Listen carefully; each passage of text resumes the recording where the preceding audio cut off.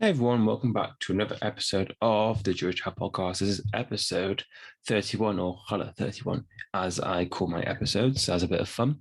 So, this episode, little warning, disclaimer, we're going to be talking about yo-yo dieting and stop being a perfectionist. So, if you're someone with a severe eating disorder, I'd recommend not listening to this episode because I know that the things I talk about on this episode is very different for everyone.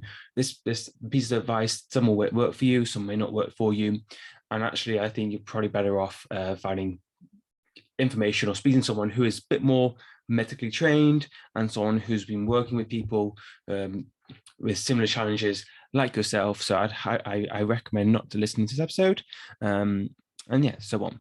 So this is a really important episode for someone, for myself, because obviously with my personal experiences, but I think this is going to be something that really is a game changer for a lot of people. I'm going to talk about a few things which help you stop this yo-yo thing. And actually, if I had to think about anything, and like if I had to give you an answer for one thing which helps, is stop being a perfectionist. Stop trying to be 100% with everything you do, not just with nutrition, but with training, lifestyle, work, outside everything. The number one answer, if I could end this episode right now, which I'm not going to do, is if you could be 80% consistent with the stuff you do with your nutrition, that's going to be so much more effective, so much better than trying to be 100% perfect. Because the reason why you may be yo-yo dieting is because you're trying to be perfect. And you may be perfect for 1 week, you may be perfect for 2 weeks, and then 3 weeks, 4 weeks time, you're not perfect. And you blame yourself, and I'm going to ask to talk about it. And you blame yourself, you think you're a failure because you're doing this and you're not perfect. And actually, it's just because you're a bit too restrictive. And I'm going to talk about later. And the reason why I'm talking about this topic today is with there's a not a festival, but with Lag BaOmer being today, where maybe a day where there's more celebrations, where there's more food for a lot of people. Maybe you don't celebrate it, or maybe you just don't have anything. Maybe it's just a normal day for you, but there'll be people here listening to this. Well, actually, there is an event. There's a lot more food. There's a lot more food on the table, which is unbelievable food, barbecues and so on, and some people who are not. And the reason why I talk about this is because a lot of people will come to this day, or generally any other day, even a celebration or a day of where there's a bit more food. So it's kind of relates to anything. That's why I just thought might as well talk about it today. And people are like, oh, it's terrible. There's so much nice food here and I can't have it because of my diet. And this is the start of where the yo-yo starts. And because let's say sometimes when you're in a situation, I just realized that I prepared myself some water beforehand. I went to filled up my water and I left it where I filled it up. Oh well. I lost my thought. So yeah, so sometimes you've been perfect with your diet. Let's say you're on a quite restricted diet. You're doing maybe, let's say, a diet which is attached to it, a diet which has got a label attached to it, Weight Watchers or Slimming World, or there's so many little diets names and so on. And you go off track for a day. And you're like, oh, you know what? I'm going to have this burger bun with my burger, of course. Oh, I'm going to have a side of chips because this is the option for this event. And you're like, you feel so guilty for having it. You're like, I can't believe I had it. I feel terrible for having it. And then you got this mindset of having, you know what, I'm going to start on the Monday. And then you see another piece of food. You like cookies. Oh, that looks amazing. I'm going to have some cookies. And then you overconsume. And then you're like, the next few days, you feel like you're off track. You feel like you're just going to enjoy yourself, eat as much as possible because one, you've got this Monday mindset mentality. And two, you feel like you've failed just from having that first thing of the burger and the chips. And my goal for everyone is to actually be able to have that burger and chips, understand that progress may not be as fast that week, but then you feel completely fine by going back to doing your normal routine the day after and the meal after. You may have had burger and chips and actually really enjoy the burger and chips. And then you didn't feel the need to have that extra cookie or the extra day or even thinking about Monday because you're thinking about the next day. And that's my goal for every single person listening to this and all my clients. It's not easy. So I completely understand where it comes from. And we want to change that mindset. And it all starts from stop being perfect. And the problem is it's the environment you've been in, it's the people you've been following, it's the advertisements which have been showing up on your phone, and so on. So I did a bit of research on the internet beforehand, and it was like, hey, let's see what the internet says. And of course, there's so many different sources and so many different articles and studies. And I came across this article, and a lot of these things say the same thing. And I just want to talk about the 4 different points they mentioned. A few of them I completely agree with, but with the one of them, which is like so high, which is so hypocritical, and it's just pointless, and it's like focusing on that perfection mindset, when actually that yo-yo dieting, it it just comes from that. Sometimes yo-yo dieting comes from you're being so restrictive, and then because you're so restrictive, you can't do this anymore because it's a diet, and then end up you not dieting, and you end up having more because of the mindset. You feel like you're gonna eat more, and then you have that Monday start, and then you're like, okay, now I feel fine, let's go again on the next Monday. And then you do the same thing, and it turns into cycles. So because a lot of people currently have a yo-yo for the week, so they'll be so restrictive Monday to Friday, and then they'll have so much food on the weekend, and by Sunday evening, they're like, hey, I'm going to start again on Monday. And it happens repetitively every single week. And I was exactly like this. I was in this, not in the system, there's no system, but that was me. I remember during university, if I liked the process, because I was working out so much during the week, I was not eating a lot, I felt like I was making progress and so on. And then during the weekend, I was like, hey, Friday night came, unbelievable. Well, you've done such a great week. You've been perfect, not had any snacks. You enjoy yourself over the weekend. And then the amount of calories I was having over the weekend just leveled up the whole field. So that's just, for me at that time, I thought that was the right approach. Reflecting on it, I'm happy I went through that.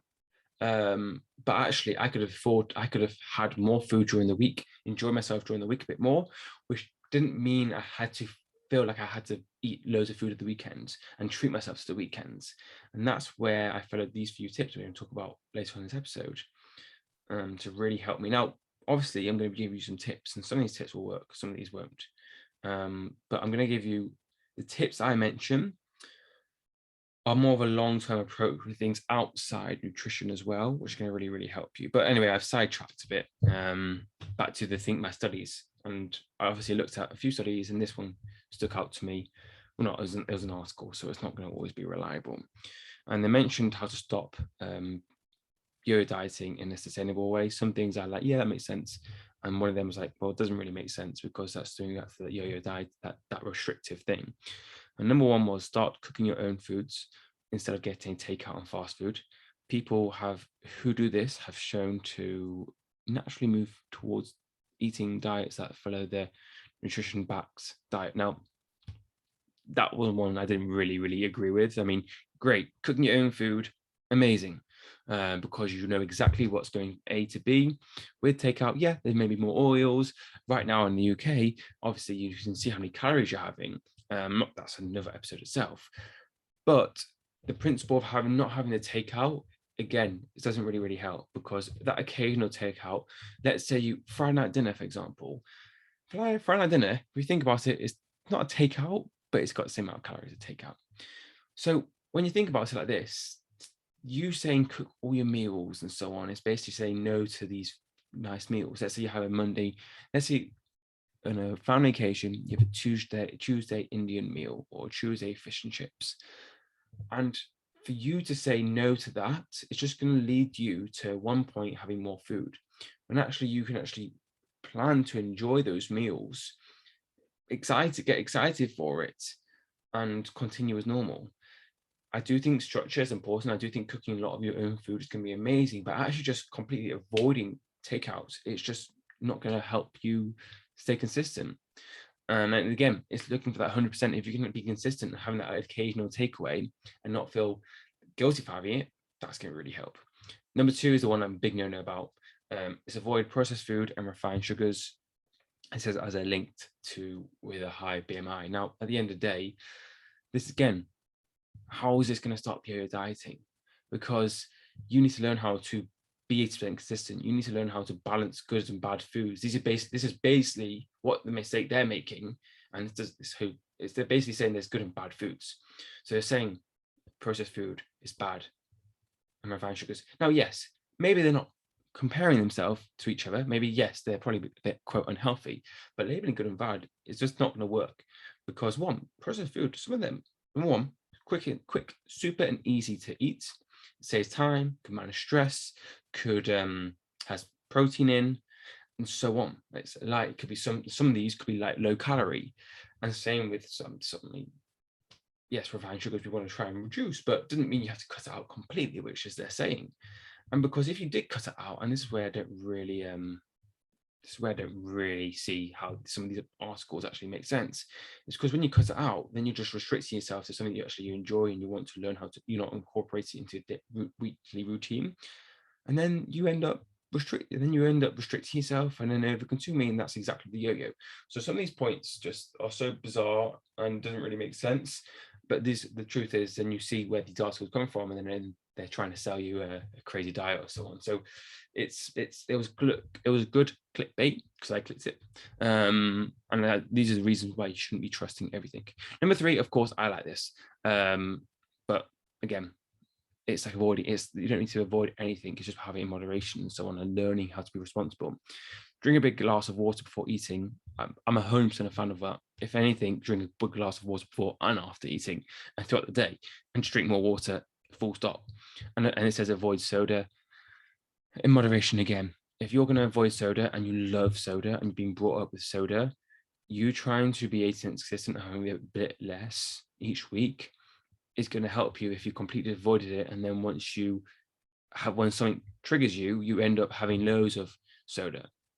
So again, got to be careful with that. And I like this one. That's okay. Okay. Increase your servings of vegetables, 100%. Either at the beginning of your meal to reduce appetite, so you're less likely to overeat calorie-dense foods like starchy sides or meats and so on. Well, don't agree with the end part, but that is kind of true. If you have more vegetables at the beginning, less likely you're going to be snacking on things, less likely you're going to want to go back for seconds, which may help on your calorie target. So I'm not going to argue with that one. That makes sense. If you want to do that, great. If you want to eat, you eat however you want to eat. But that, it could be a little tip for you. So from all these points, and again, I mentioned this at the beginning, stop trying to be so perfect. I'm now going to give you some tips. But when you stop trying to be perfect, you stop overjudging yourself, and you can actually enjoy the process a bit more. And there's so many thoughts in my head right now to explain this, which I don't, because everyone's so different with their goals and so on. So it's important for me not to talk about one topic, because a lot of things will not be relatable to everyone. So I'm just going to go straight to the tips and then conclude, because I think this is good. I think I'm happy with this episode. I was thinking to keep this episode a bit longer.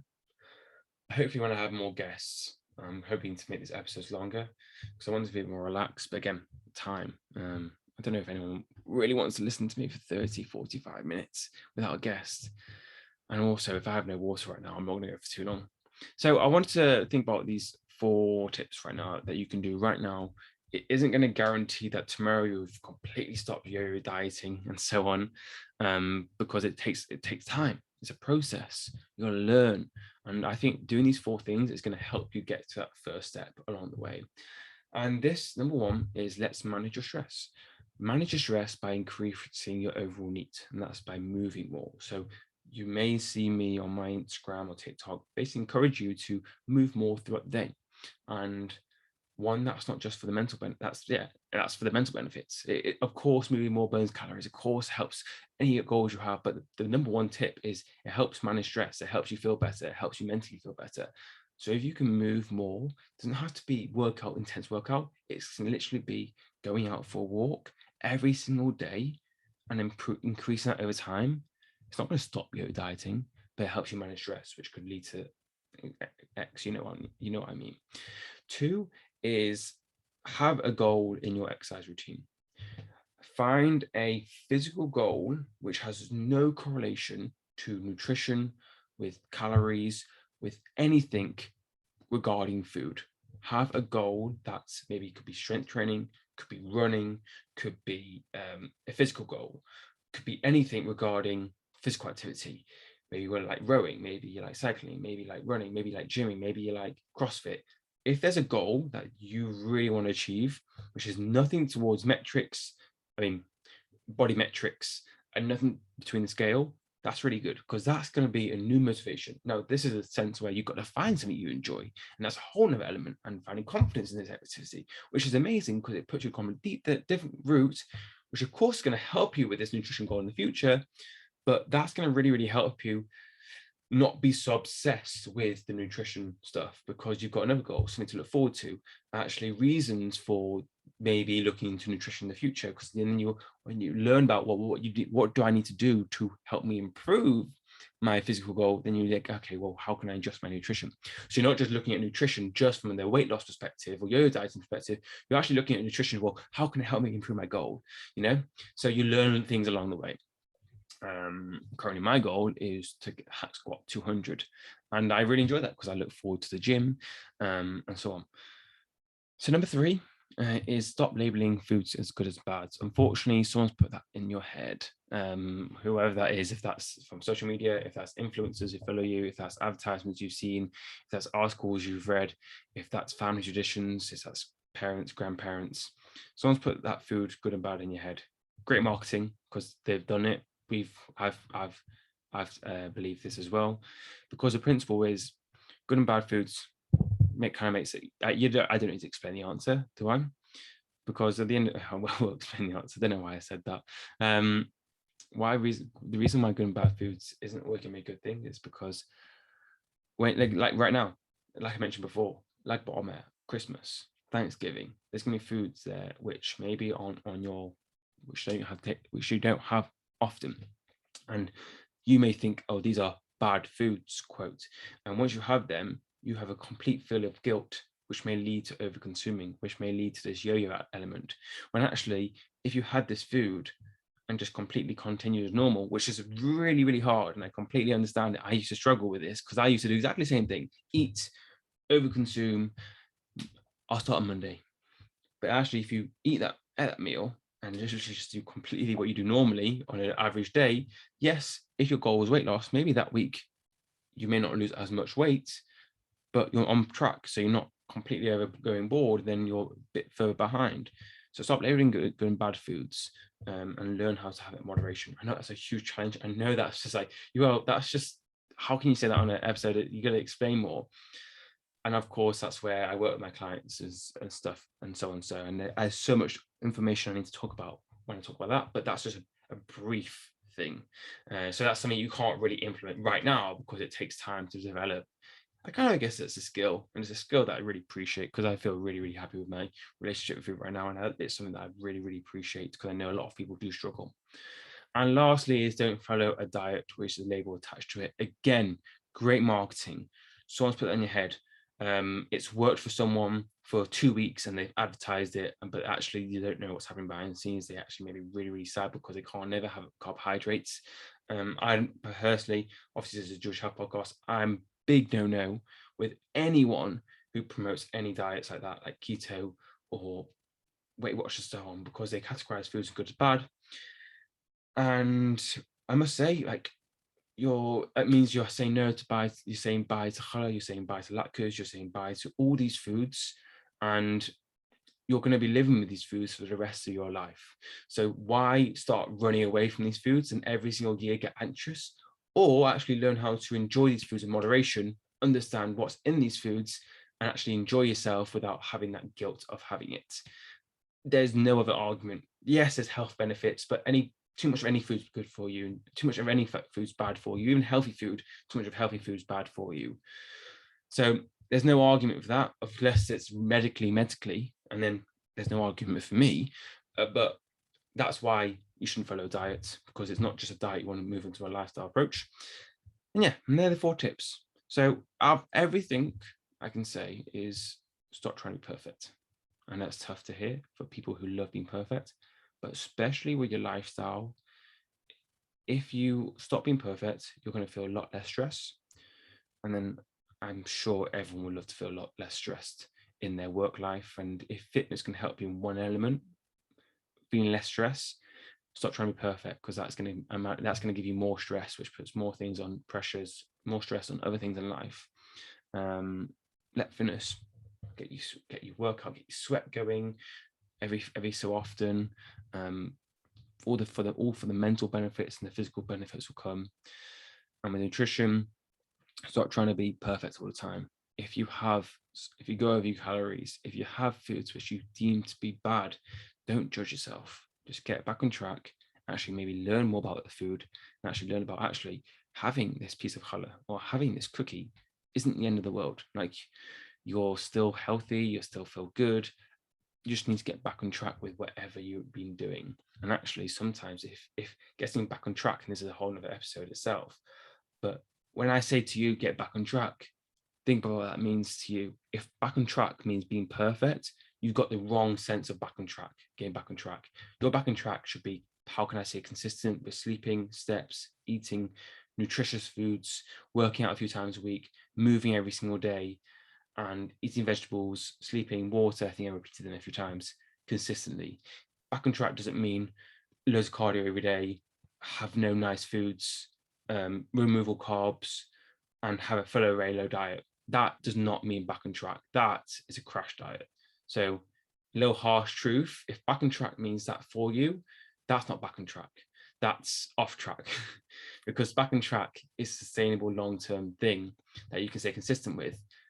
What I mentioned before about the extra cardio, reduced foods, calories, and so on, that isn't something you can stay consistent with. That's a great episode. Okay, well, I've got my next. Well, look, this is going to be my next week's episode. If you want to listen to me about what back on track means, and actually me teach you what your back on track means, and actually really help you, instead of when you say, I'm just going to start on Monday, well, what does that actually mean for you?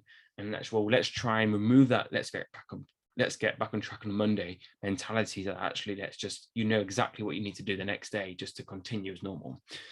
Hope you enjoyed this episode, and you know what the next episode is going to be, so definitely click this one. If you're watching this in a few weeks' time, you've got a few episodes to watch.